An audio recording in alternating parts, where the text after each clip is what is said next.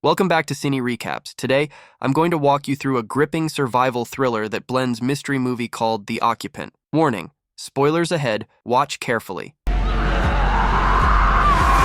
a rural home out in the country, a geologist named Abby is staying with her older sister Beth. They recently lost their mother, and they're leaning on each other to cope with the grief. Then tragedy hits again. Beth is diagnosed with late-stage leukemia. The doctors tell them there's nothing more they can do, but Abby refuses to accept that. She learns about an overseas clinic that offers experimental, ethically questionable treatments. Desperate to save her sister, Abby takes on a dangerous job to afford sending Beth there. Sometime later, Abby travels to the Caucasus Mountains in Georgia, near the Russian border. A private mining company has hired her to search for uranium deposits. Her father strongly disapproves, believing she's capable of a better career than working for a corporation like that. But Abby is too determined to save Beth to care. She even asks for an advance on her pay, though her boss makes it clear she won't get paid unless she actually finds something. Abby and her co-worker Sergi spend long, exhausting days searching for uranium with no success. They're instructed to stay within designated zones, but Abby decides to push farther into the forest. Sergi objects, warning her that it's unsafe. Ignoring him, Abby takes his gun and tells him to head back without her. Strange, unsettling sounds echo through the woods, making Abby uneasy at first. Eventually, she steadies herself, and then she discovers a strange piece of black rock. Back at headquarters, Abby runs multiple tests. The rock gives off an unusually high temperature, but she still can't determine what it is. Just as she starts to get excited about the discovery, her father calls. He tells her he's pulling Beth out of the clinic and bringing her home so she can pass away peacefully surrounded by family. Abby refuses to accept that. She tells him she's coming home to handle everything herself. Right then, the building begins to shake and the lights flicker. After the tremor stops, Abby gathers her things and asks Sergi to drive her to the airport. She boards a helicopter for the trip home and chats with the pilots. They mention they'll fly near the border, just to remind the Russians who the valley belongs to. A few hours into the flight, Abby notices birds flying at their altitude, which seems strange. But when the helicopter changes direction, she realizes they aren't birds at all.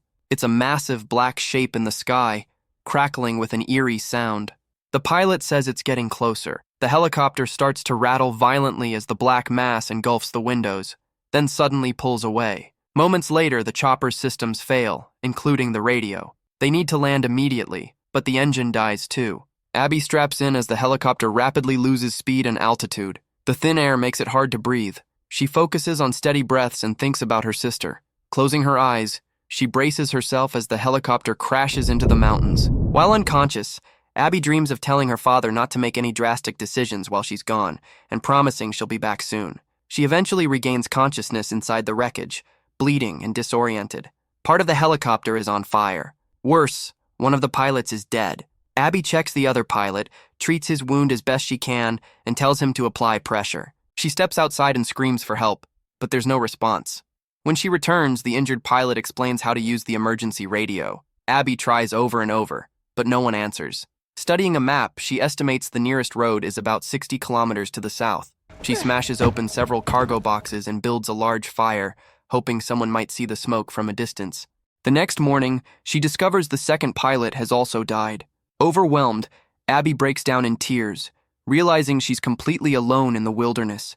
Later, as she tries to sleep inside the wreckage, she dreams of Beth's frail condition and wakes up shaken. She goes outside to warm herself, only to find the fire has burned out.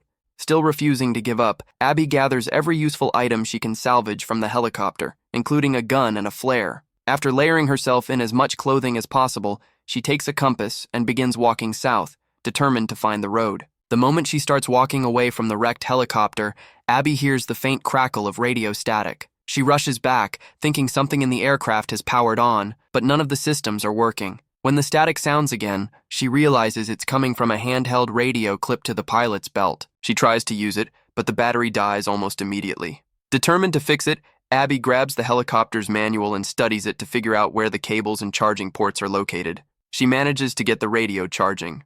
While she waits, she can't help but stare at the strange black rock she found earlier. Eventually, the radio powers back on. Abby establishes contact with an American pilot named John, whose plane also crashed somewhere in the same region. His legs are pinned, leaving him unable to move, and his antenna is broken. Abby quickly realizes she can repair the antenna to send out a distress signal. She asks him to describe his surroundings, and John tells her he can see a lake nearby. After locating the lake on her map, Abby sets out to find him. John urges her not to come. It's dangerous territory under military occupation, but she ignores the warning. As she hikes, John keeps talking to her to pass the time and asks about her job. While climbing a steep hill, Abby explains that she took the job to earn money for her sister's treatment. The emotions hit her hard, and she has to pause to catch her breath and steady herself. When John mentions that rare one-in-a-million chances do happen, Abby finds just enough hope to keep moving forward. As she climbs higher, she remembers the day Beth told her there was nothing left to fight for and that Abby should let go and move on. Abby tells John that no one else is fighting for Beth. John replies that Beth is lucky to have a sister who refuses to give up. Eventually, Abby reaches a vertical stretch she can't possibly scale, forcing her to circle around the mountain instead. As she changes direction, she fails to notice the same strange black rocks scattered nearby. In the new area, she manages to climb over the hill and enters a forest, where she decides to rest for the night. John tells her he's no longer in pain, because he can't feel anything below his waist. Abby builds a small fire and constructs a basic shelter out of branches. But soon it begins to rain, putting out her fire. Then she feels something warm shifting inside her bag. She remembers the rock. Pulling it out, she touches it with her bare hand and notices the surface reacting in an unusual way. John reassures her that she shouldn't feel guilty about the work she's doing. From the way he speaks, Abby realizes he's military. He understands difficult choices from experience. The next morning, Abby continues on and reaches a snow-covered valley. The icy wind cuts through her layers, and she keeps stumbling in the deep snow. When she finds a river, she stops to rest and refill her water bottle.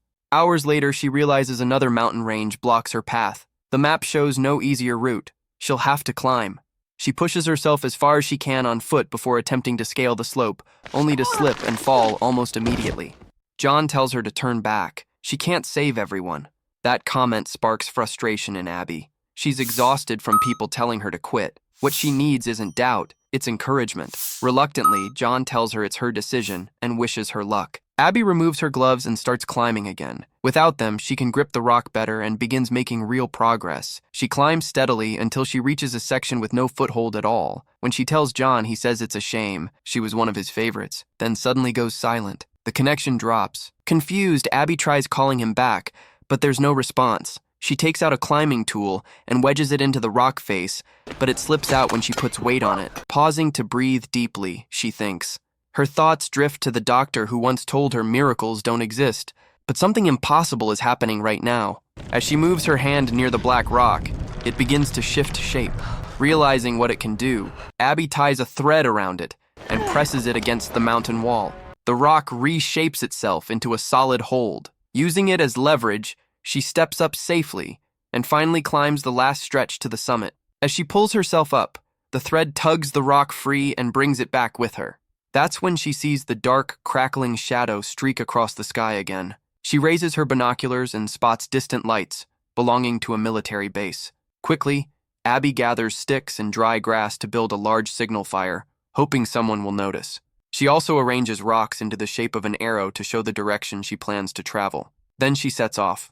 A few hours later, John reaches her over the radio and urgently tells her to stop drawing attention to herself. He reminds her that the Russians control the region, and if they spot her signal fire, they won't come to rescue her. They'll come to kill her. The warning rattles her so badly that she slips on a snow-covered rocky slope and injures her leg. Fed up with John constantly criticizing her, Abby switches off the radio and tends to her wound. Just then, she hears a burst of radio static and spots a soldier patrolling nearby. Panicking, she runs. With her injured leg in the deep snow, moving is incredibly difficult, and she has to lean on a stick to keep going.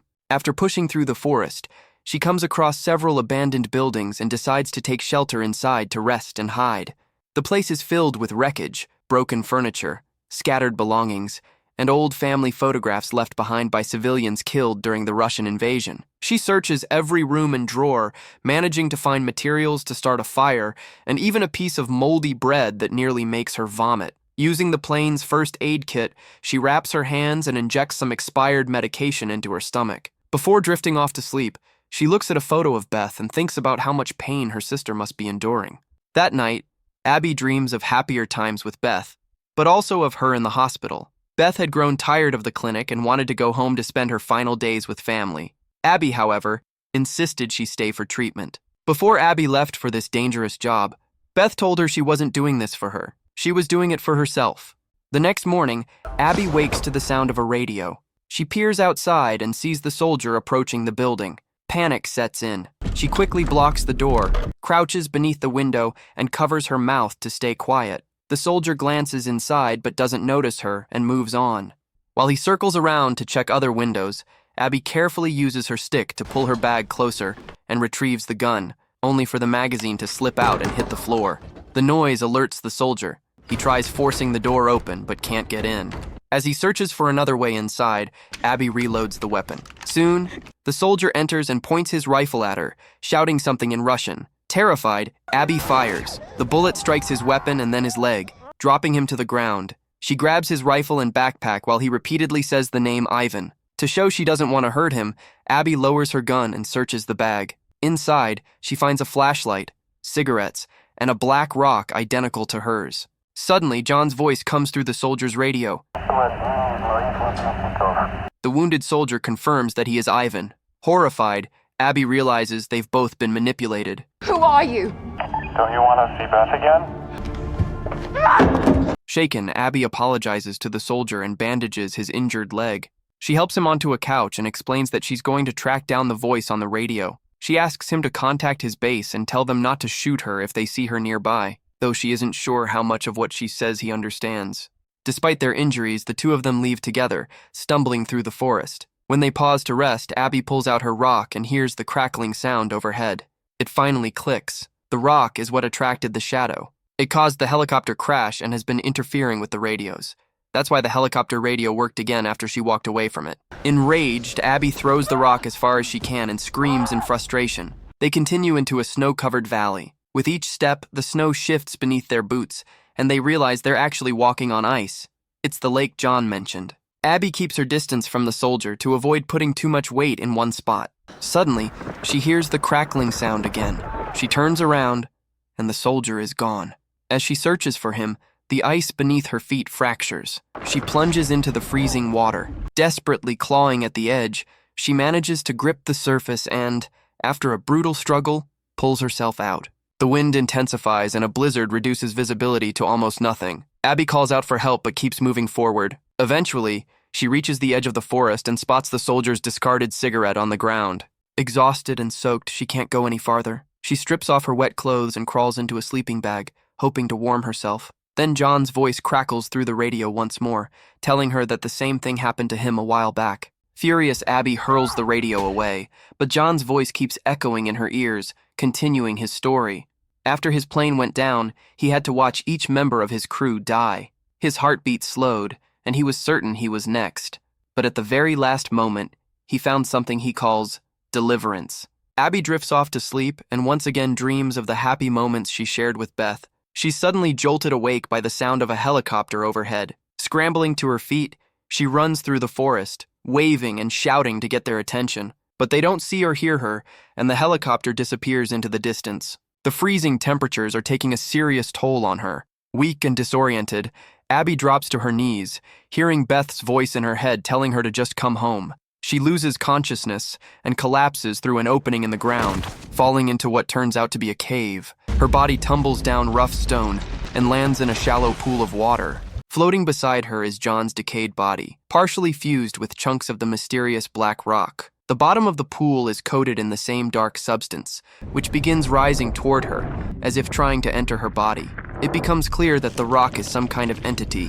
When Abby regains consciousness, she's sitting upright on solid ground. Rocks float around her as the entity, speaking in John's voice, congratulates her for surviving this far. It admits it was worried she'd end up like the others.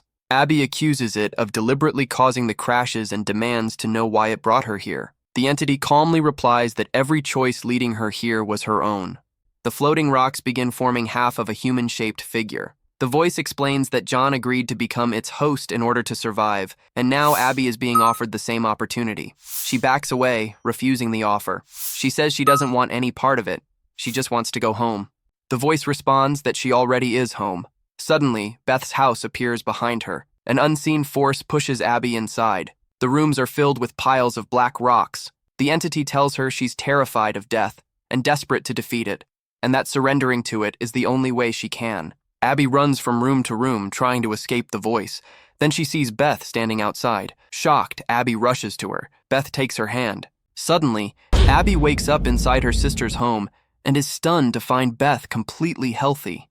The faint crackling sound hums in the background as Abby hugs her sister and breaks down in tears. But then she flashes to a vision of the hospital.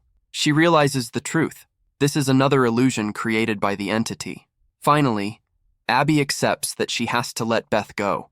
She apologizes for pushing her sister beyond her limits and says goodbye. As she moves toward the door, the radio crackles again, the entity urging her to stay. This is everything she's ever wanted. Abby refuses. She says she understands now. Without death, there is no life. Beth pleads with her not to leave.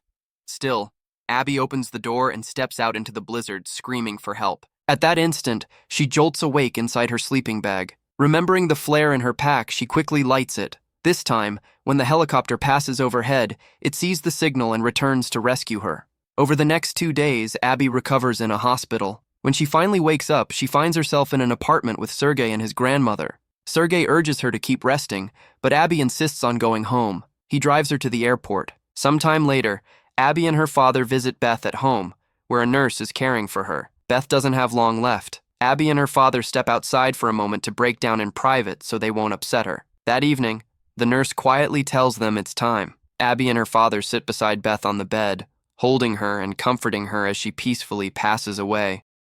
Subscribe for more videos like this, turn on notifications, and leave a like to support the channel. Thank you for watching.